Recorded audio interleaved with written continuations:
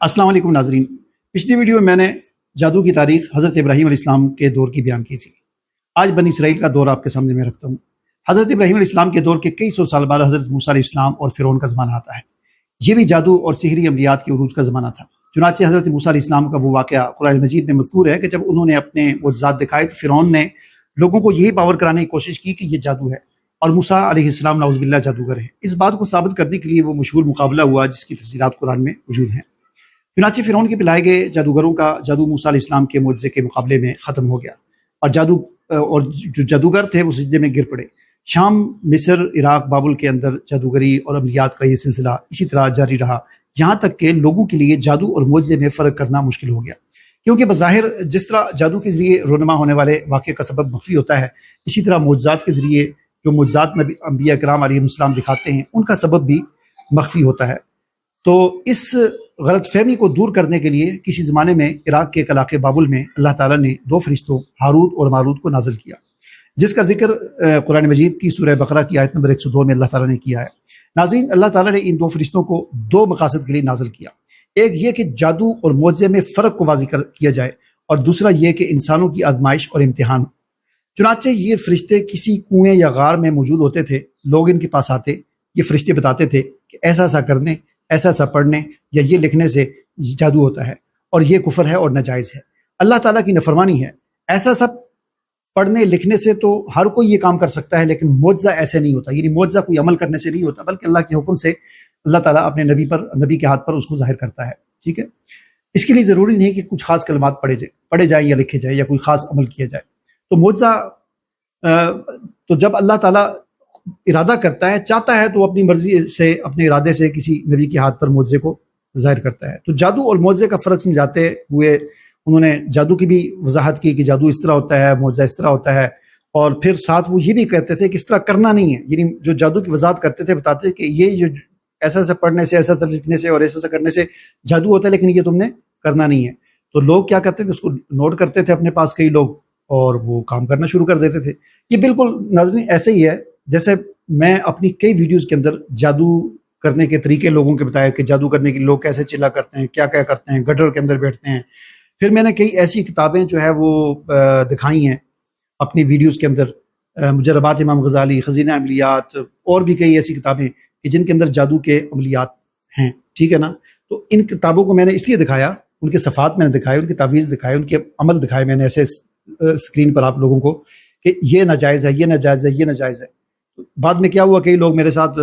مجھے فون کر کے کہتے ہیں جی آپ اس طرح کریں، وہ خزینہ عملیات کتاب کہاں سے ملے گی، ہمیں بھیج دیں، وہ مجربات امام غزالی کہاں سے ملے گی۔ بالکل یہ معاملہ یہاں پر بھی ایسے ہی ہوا تھا، فرشتوں نے جادو سکھایا نہیں، بلکہ فرشتوں نے جادو کو ایکسپلین کیا ہے کہ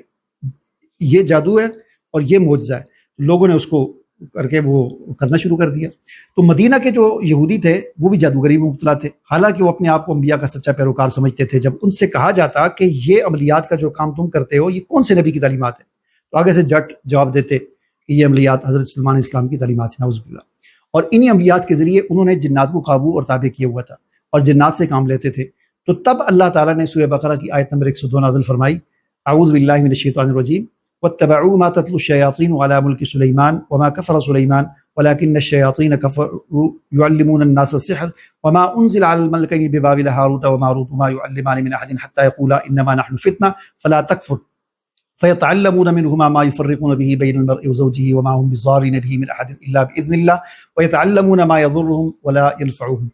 تو یہ آیات اللہ تعالیٰ نے نازل فرمائی جن کا ترجمہ خلاصہ مفہوم یہ ہے کہ انہوں نے اس جادو کے کفریہ کلمات کی پیروی کی جس کو سلیمان علیہ السلام کے دور حکومت میں شیطان پڑھا کرتے تھے، اور سلیمان علیہ السلام نے کوئی کفر نہیں کیا، البتہ شیاطین ہی کفر کرتے تھے، وہ لوگوں کو جادو کے کفریہ کلمات سکھاتے تھے، اور انہوں نے اس جادو کی پیروی کی جو شہر بابل میں دو فرشتوں ہاروت اور ماروت پر اتارا گیا تھا، اور وہ فرشتے اس وقت تک کسی کو کچھ نہیں سکھاتے تھے جب تک کہ وہ یہ نہ کہتے تھے کہ ہم تو صرف آزمائش ہیں، تم یہ کفر نہ کرو۔ وہ اس چیز سے جو ہے وہ بالکل وضاحت کے ساتھ فرشتے جو ہے وہ بتایا کرتے تھے، لیکن کیا ہوتا تھا، لوگ اس چیز کو نوٹ کرتے، فرشتے حالانکہ کہتے یہ آزمائش امتحان ایسا کرنا نہیں ہے، لیکن لوگ اس کو نوٹ کرتے اور پھر طلاقیں کرواتے اور لوگوں پر جادو کرتے اور یہ سارا کچھ کرتے۔ ٹھیک ہے نا، تو یہ کام اس طرح ہوتا تھا۔ تو حضرت سلیمان علیہ السلام کی طرف جو یہودی نسبت کرتے تھے اور ان کو نعوذ باللہ جادوگر کہا کرتے تھے اور کہا کرتے تھے یہ عملیات سلمان اسلام کی سکھائی ہوئی ہیں۔ اس حوالے سے کچھ روایات ہیں وہ میں آپ کے سامنے رکھنا چاہتا ہوں، جن سے ہمیں پتہ چلتا ہے کہ یہ سارا معاملہ کیا ہوا تھا۔ امام ابن جریر رحمۃ اللہ علیہ اپنی سند کے ساتھ یہ روایت کرتے ہیں، وہ بیان کرتے ہیں کہ سدی نے بیان کیا ہے کہ حضرت سلیمان علیہ السلام کے دور حکومت میں شیطان آسمانوں پر جایا کرتے تھے، وہاں گات لگا کر بیٹھا کرتے تھے، فرشتوں کی باتیں سنا کرتے تھے، فرشتے باتیں کرتے تھے نا، آج وہاں بارش برسانی ہے، آج وہاں پر یہ ہونا، آج فلاں مر جائے گا، یہ وہ جنات وہاں کی باتیں سن کے آ کے نیچے آتے اور نیچے آ کر وہ کاہنوں کو، نجومیوں کو بتاتے، کچھ بات صحیح ہوتی، کوئی غلط ہوتی، کوئی آدھی بات سنتی، آدھی اس طرح ٹوٹی پوٹی، اور کاہن بھی پھر آگے نجومی کیا کرتے، ان کے اندر اپنی طرف سے باتیں ملا ملو کے لوگوں کو بتاتے، ان کو نوٹ کر لیتے، اور اس طرح وہ جھوٹے جو ہے وہ کتابیں انہوں نے لکھ دی، اور لوگوں کے اندر یہ بات مشہور ہو گئی کہ نعوذ باللہ جنات جو ہیں یہ غیب جانتے ہیں۔ سلیمان علیہ السلام کو جب اس بات کا علم ہوا کہ لوگ تو جنات کو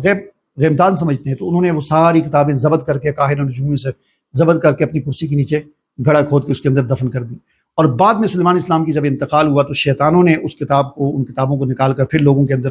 تقسیم کر دی، لوگوں کو بتایا کہ یہ وہ اصل کتابیں ہیں، وہ علم ہے کہ جس کے ذریعے سلیمان اسلام نعوذ باللہ انہوں نے جنات کو قابو کیا ہوا تھا، ان کی حکومت ساری چلتی تھی، ٹھیک ہے۔ تو اس طریقے سے لوگوں کے اندر یہ مشہور کر دیا، یہودیوں کا عقیدہ بن گیا کہ نعوذ باللہ سلیمان اسلام اللہ کے نبی نہیں تھے بلکہ جادوگر تھے، اور اس کے ذریعے ہی ان کی ساری حکومت چلا کرتی تھی۔ اسی طرح امام ابن جریر اپنی سند کے ساتھ ایک اور روایت کرتے ہیں کہ جب شیاطین جنوں کو حضرت سلیمان اسلام کی موت کا علم ہوا تو انہوں نے جادو کی مختلف اقسام اور مختلف اصناف کو لکھ کر ایک کتاب میں مدون کیا، اور اس کتاب کے اوپر یہ نام لکھ دیا، یعنی مصنف کے طور پر، کہ یہ سلیمان بن داؤد کے دوست آصف بن برقیہ کی تحریر ہے، ان کی کتاب ہے، اور اس میں علم کے خزانوں کے ذخیرے ہیں۔ پھر اس کتاب کو حضرت سلیمان اسلام کی کرسی کے نیچے دفن کر دیا۔ پھر بعد میں بنو اسرائیل کے باقی ماندہ قوم کے لوگوں نے کہیں کھدائی کے دوران وہ کتابیں ہاتھ لگ گئی تو دیکھا اوپر مصنف کا نام آصف بن برقیہ لکھا ہوا ہے، اور اندر شیطانوں نے سارا جادو لکھا ہوا تھا، اور اس طرح پھر وہ کتابیں مشہور ہوگی جادو کی، اور نسبت ان کی کس کی طرف ہوگی؟ اللہ کے نبی کی طرف نعوذ باللہ، اور ایک اللہ کے ولی کی طرف آصف بن برقیہ، جس نے بلقیس کا تخت جو ہے پلک جھپکتے میں ایک سیکنڈ کے اندر وہاں پر وہ تخت حاضر کر دیا تھا، ایک بہت بڑا اللہ، وہ بھی اس کا کرامت تھی، اس کی طرف نسبت کر دی۔ اسی طرح امام ابن جوزی رحمۃ اللہ علیہ نے ان آیتوں کے، یہ جو سورہ بقرہ کی آیت نمبر 102 ہے، ان کے شان نزول میں مزید 4 اقوال نقل کیے ہیں۔ پہلا قول یہ ہے کہ ابو صالح نے حضرت ابن عباس رضی اللہ تعالیٰ عنہ سے روایت کیا ہے کہ جب حضرت سلیمان علیہ السلام سے حضرت سلیمان علیہ السلام کے ہاتھ سے ان کی سلطنت نکل گئی تو شیاطین جنہوں نے جادو کو لکھ کر ان کی جائے نماز کے نیچے دفن کر دیا، اور جب ان کی وفات ہوئی تو اس کو نکال دیا اور کہا کہ ان کی سلطنت اس جادو کی وجہ سے چلا کرتی تھی، ٹھیک ہے۔ اسی طرح دوسرا قول انہوں نے یہ سعید ابن جبیر رضی اللہ تعالیٰ عنہ سے نقل کیا ہے کہ انہوں نے حضرت ابن عباس رضی اللہ عنہ سے روایت کیا ہے کہ آصف بن برقیہ حضرت سلیمان علیہ السلام کے احکام لکھ لیا کرتے تھے اور ان کو ان کی کرسی کے نیچے دفن کر دیا کرتے تھے۔ جب حضرت سلیمان علیہ السلام کی وفات ہو گئی تو ان کی وفات کے بعد شیطانوں نے ان احکامات کو، یعنی ان تحریروں کو نکالا، اور ہر 2 سطور کے درمیان میں ایک لائن اپنی طرف سے جادو کی اور جھوٹ کی لکھ دی، اور پھر بعد میں اس کو حضرت سلیمان علیہ السلام کی طرف منسوب کر دیا۔ تیسرا قول اکرمہ رضی اللہ تعالیٰ عنہ نے کہا ہے، کہتے ہیں کہ شیطانوں نے حضرت سلیمان علیہ السلام کی وفات کے بعد جادو کو لکھا اور اس کو حضرت سلیمان علیہ السلام کی طرف منسوب کر دیا۔ اور چوتھا قول قتادہ رحمۃ اللہ علیہ نے کہا ہے، وہ کہتے ہیں کہ شیطانوں نے جادو کو ایجاد کیا، حضرت سلیمان علیہ السلام نے اس پر قبضہ کر کے، یعنی ان سے چھین کر اس کو اپنی کرسی کے نیچے ان کتابوں کو دفن کر دیا تاکہ لوگ اس کو نہ سیکھ سکیں۔ لیکن جب حضرت سلیمان علیہ السلام فوت ہو گئے تو شیطانوں نے اس کو نکال لیا اور لوگوں کو جادو کی تعلیمات دینا شروع کر دی، اور لوگوں کو یہ بتانا شروع کر دیا کہ یہ حضرت سلیمان علیہ السلام کا علم ہے۔ چنانچہ آپ اندازہ لگائیں کہ یہ ہزاروں سال پرانی باتیں ہیں، ٹھیک ہے نا، اس وقت شیطانوں نے یہ کام کیا تھا، تو آج تک وہ چیزیں اب مسلمانوں کے اندر بھی مشہور ہوگی۔ یعنی یہودی تو سمجھتے ہیں نعوذ باللہ سلیمان علیہ السلام کو کہ جادوگر تھے، وہ جادو کے عملیات کرتے تھے، عملیات کا کام کرتے تھے، لیکن آج ہمارے مسلمان بھی یہی سمجھتے ہیں۔ چنانچہ آپ کو مارکیٹ میں ایسے کتابیں ملیں گی، نقش سلیمانی۔ اب اس کا کیا مطلب ہے نقش سلیمانی؟ اس کا یہ مطلب ہے کہ اس کتاب کے اندر وہ نقوش ہیں کہ جو سلیمان علیہ السلام لکھا کرتے تھے۔ کتنی بڑی تہمت ہے، کتنا بڑا الزام ہے اللہ کے پیغمبر پر، کتنی بڑی توہین ہے۔ چلو یہودی تو کرتے ہیں، وہ تو ہیں ہی کافر، ایک مسلمان کو یہ زیب نہیں دیتا کہ ایک مسلمان ملک کے اندر مسلمانوں کی دکانوں پر بیچنے والے مسلمان حتیٰ کہ علماء، کئی علماء اور مفتی، ان کے پاس یہ نقش سلیمانی اور اس قسم کی کتابیں پڑھی ہوتی ہیں، اور اتنی کفریہ کتابیں پڑھی ہوتی ہیں، اور اس میں سے وہ عملیات کر رہے ہوتے ہیں۔ بہرحال یہ ایک مختصر سی تاریخ میں نے آپ کو بتائی، جس کا خلاصہ یہ ہے کہ جادو جو ہے یہ شیاطین کی ایجاد کردہ چیز ہے۔ واضح طور پر اللہ تعالیٰ نے قرآن میں بھی اس کو بیان کیا، اور تاریخ سے بھی ہمیں یہی پتہ چلتا ہے۔ اجازت دیجیے، اللہ حافظ۔